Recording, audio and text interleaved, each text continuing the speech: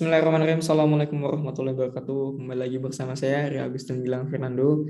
Kali ini kita akan belajar bagaimana cara membuat data praktikum bukan untuk misalnya mata kuliah. Ada mata kuliah praktikum, teman-teman malas mau praktikum, terus teman-teman pakai cara ini. Jangan teman-teman. Tapi biasanya cara ini saya gunakan untuk membuat, misalnya contoh soal kemarin yang memerlukan data praktikum misalnya, atau mungkin ya biasanya saya pakai untuk membuat contoh soal sih, dan juga latihan soal, dan juga mungkin eksperimen-eksperimen sederhana yang saya tidak sempat untuk membuat alat-alatnya, bisa kita gunakan ini. Seperti itu.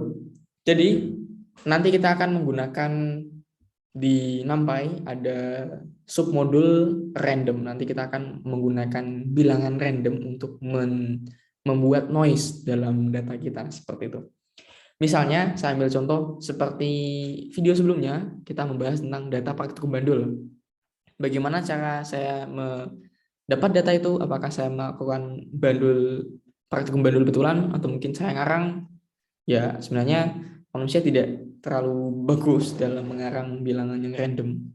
Seperti itu. Jadi, ya, kalau kita tidak bisa melakukan percobaan secara langsung, ya kita memanfaatkan pseudo random atau bilangan random yang di-generate oleh algoritma, ya seperti itu.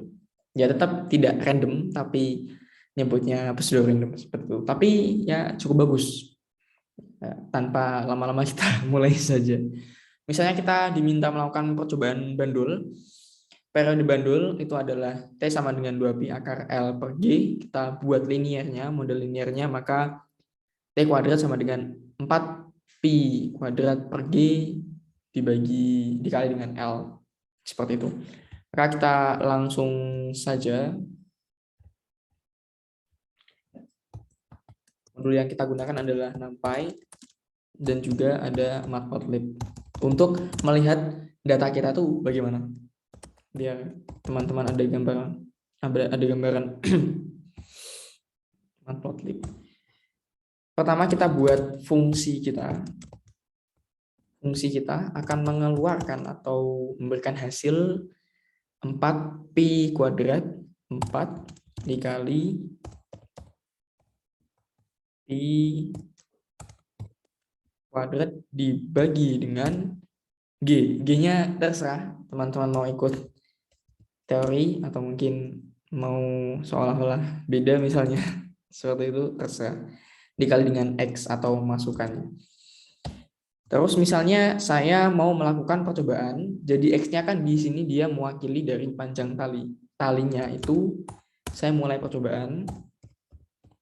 Kita pakai linspace. Saya mulai dari 0,1 meter sampai pada 1 meter. Dan jadi di sini kan dia ada start, stop, dan num, atau ya banyaknya titik. Start itu maksudnya kita mulainya berapa, stop itu kita mau berhenti di mana, dan antara 0,1 dan 1 itu dijadikan berapa titik, seperti itu. Saya mau 10 titik. Kita lihat masuk dari X itu apa. Maka X itu dimulai dari 0,1, diakhiri dengan 1, dan antara 0,1 dan 1 itu dijadikan 10 titik, seperti itu. Jadi ini adalah X adalah panjang tali kita. Lalu Y-nya itu adalah F fungsi kita. Dan nanti kalau kita lihat Y ini adalah teori, betul-betul teori. Kalau kita plot plt.plot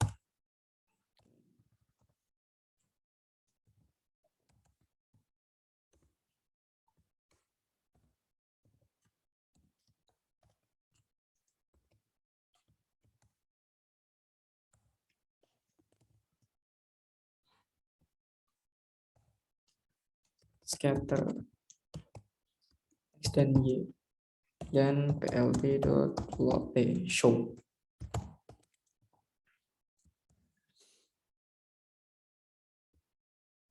Nah, mari kita lihat dia betul-betul linear, teman-teman. Ya, karena itu adalah sesuai dengan teori ya. Makanya betul-betul bentuknya linear seperti itu. Agak saya besarkan. Nah, dia linear. Dan kalau kita praktikum betulan kan pasti tidak seperti ini kan, pasti tidak seperti ini. Pasti kalau misalnya teman-teman mau praktikum pasti tidak seperti ini. Ada noise-nya kan. Nah, cara menambahkan noise itu kita di Y. Di sini kan ada Y. Kita tambahkan dengan noise. Kita pakai numpy random run n. Run n itu dia adalah mengeluarkan bilangan random dari distribusi normal. Nah, ini ada return a sample or samples from the standard normal distribution. Argumen yang ada di dalam ini itu adalah banyaknya bilangan acak yang kita mau. Seperti itu. Nilai dari, kenapa saya pilih 10? Karena ada 10 titik, seperti itu. Dan harus sama, kalau ini 11, ini harus 11, seperti itu. Nilai dari ini, random ini, itu adalah di antara negatif 1 sampai dengan 1. Kita lihat. Kita run. Nah, maka data kita akan ya mulai apa bahasanya? Mulai ada noise ya, ada noise. Karena kita tambahi dari numpy random tadi, seperti itu. Dan kita juga bisa mengubah deviasinya. Kalau tadi nilainya negatif 1 sampai 1, berarti ya dia deviasinya 1 kan. Dia bisa naik 1 atau mungkin turun 1. Kita bisa ubah deviasinya menjadi 0,5 misalnya. Dikali 0,5. Maka data kita noise-nya akan semakin kecil. Nah, semakin kecil. Kita kurangi lagi jadi 0,3 misalnya. Jadi 0,1 misalnya. 0,01. Semakin kecil deviasinya, ya data kita semakin mendekati teori ya. Tapi kalau deviasinya misalnya 2 misalnya, atau mungkin 10 misalnya, 10, maka dia deviasinya akan besar, dan juga data kita akan sangat ya messy ya, sangat kacau seperti itu. Seolah-olah kita nggak praktikum tapi sekedar nggak tahu ngapain. Misalnya 2, sebenarnya 1 saya cukup sih, misalnya 1 cukup. Dan 1 cukup, mungkin terlalu barbar. 0,7. Nah, ini misalnya kayak sepertinya ini sudah bagus misalnya.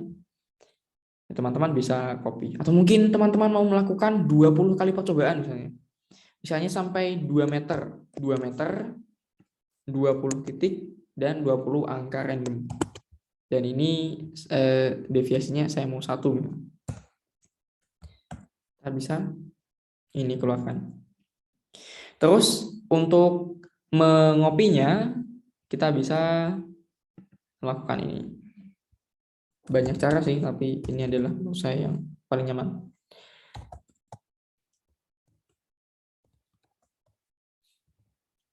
Print. Karena saya nggak mau saya print semua, karena biasanya panjangan, saya bulatkan. Argumen pertama adalah angka kita, yang kedua adalah berapa digit di belakang koma. Saya mau 3. Kita run. Kita dapat data praktikum kita copy. Kita masukkan ke data praktikum. Misalnya ini adalah X. Bukan. Ini Y.